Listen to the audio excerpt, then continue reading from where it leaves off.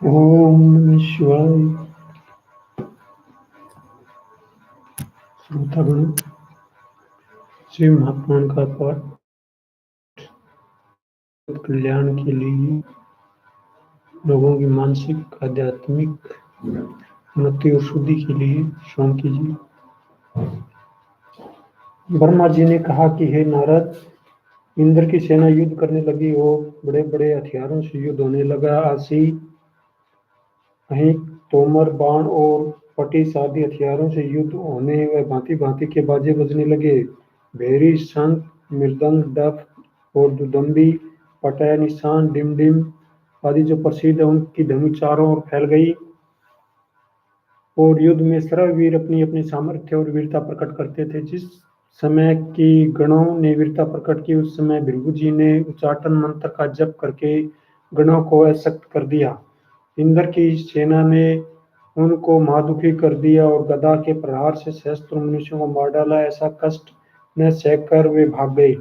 इंद्र की जीत का कारण यह है कि श्री सदाशिव जी ने प्रथम ब्राह्मण की बड़ाई की, फिर वीरभद्र ने अपनी हार देखकर बड़ा क्रोध किया और भूत प्रेत आदि सब अपने पीछे करके आप आगे आए और जो मुख्य बड़े बड़े भट बैल पर चढ़े थे उनको सेना के आगे रखा और आप त्रिशूल हाथ में लेकर इंद्र के साथ बड़ा युद्ध किया। देवता आदि गणों संयुक्त घायल हुए, कोई चोट से भाग गया और कोई टुकड़े टुकड़े होकर गिर पड़ा। इस तरह देवताओं की सेना नष्ट हो गई और भाग कर अपने घरों को चले गए। केवल इंद्र उस शिवालय में दृढ़ता से खड़े रहे और अपने गुरु से पूछा कि हम जिस प्रकार जीते, जो कुछ हो सके वह यत्न बताइए, क्योंकि तुम देवताओं की सेना के रक्षक हो। बृहस्पति ने कहा कि जो विष्णु का वाक्य था वही हुआ। मंत्र मंत्र तंत्र, वेद, धर्म और शास्त्र, पुराण, विचार और प्रतीक कोई शिव महिमा को नहीं जानते। केवल शांति धारण कर जो शिव के भक्त हैं वही उनको जानते हैं। वे अपने भक्त के निमित्त अवतार लेते हैं और संसारी मनुष्यों की रीति के अनुकूल लीला करते हैं और चरित्र करते हैं। तुम बड़े मूर्ख हो जो ऐसी वार्ता हम से कहते हो और लड़कों के सदृश शिव से युद्ध करते हो। यह शिव जी की आज्ञा अनुसार आए हैं, यज्ञ को नष्ट करेंगे और किसी का किया कुछ न चलेगा। ऐसे वचन देवताओं के गुरु से सुन सब लोकपालों को बड़ी चिंता हुई। उस समय वीरभद्र ने कहा कि तुम्हारी यह वार्ता व्यर्थ और लड़कों के सदस्य है। तुम सार वस्तु को नहीं जानते। जो जो भाग लेने यज्ञ में आए वे हमारे निकट आवे और यज्ञ के भाग लेवे।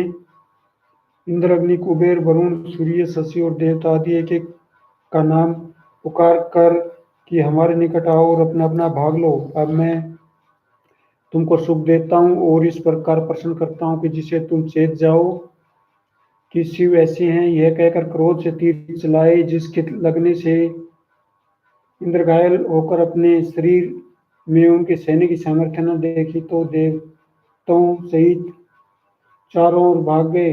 जब इंद्र देवताओं संयुक्त भाग गए तब वीरभद्र के गण गरजने लगे और फिर वीरभद्र अपने गणों को संग लिए यज्ञ के निकट आए। उस समय सब ऋषिवर शोकवान हुए और विष्णु की रक्षा में गए और भगवान को प्रणाम कर सिर नीचे किए प्रार्थना की कि हम सब आपके शरणागत हैं, हम पर दयालु होजिए और रक्षा कीजिए। ऐसे वचन ऋषि स्वरों से सुनकर विष्णु जी ने लड़ाई की इच्छा की और सब हथियार हाथ में लेकर वीरभद्र के सम्मुख खड़े हुए।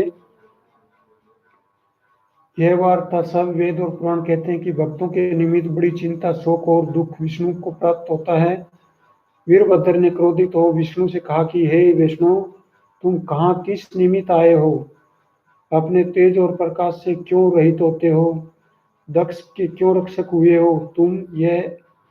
तुमको यह अयोग्य है। तुम और इंद्र दोनों भाग लेने आए हो।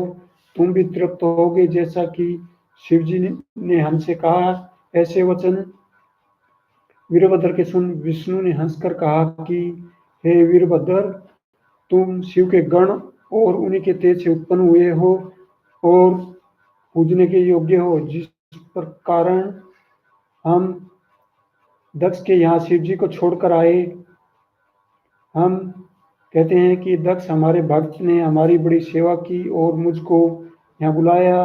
उसकी भीड़ उसकी भक्ति से यहाँ आया, क्योंकि मैं भक्ति के अधीन हूँ। और इसी प्रकार शिव जी भी आपके भक्तों के अधीन हैं।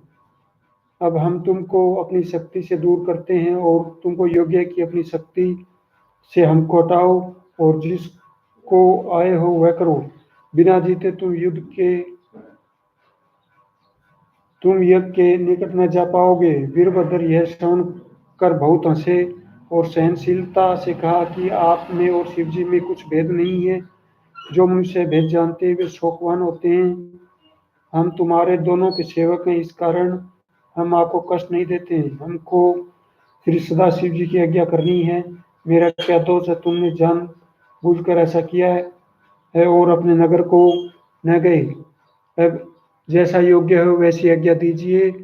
वह विष्णु जी से ने कहा कि तुम हमारे साथ युद्ध करो और चिंता न करो, तुम जीतोगे। जब हम तुम्हारी चोट से घायल होकर अपने नगर को जाएंगे उस समय जो योग्य योग्य हो वह करना। यह कहकर वीरभद्र ने हथियार उठाया और बाजा बजने लगा। विष्णु ने भी अपना शंख फूंक दिया, जिसे सर्व संसार में हाहाकार हो गया। जो मनुष्य भाग गए थे वे चपल हो गए और इंद्र भी देवता समेत लौट आए और विष्णु के सेवक होकर फिर युद्ध स्थान में हाहाकार करने लगे। इसी प्रकार बड़ा संग्राम हुआ और सर्ववीर अपनी जीत कहकर युद्ध करने लगे। ओम नमः शिवाय। 28वां अध्याय।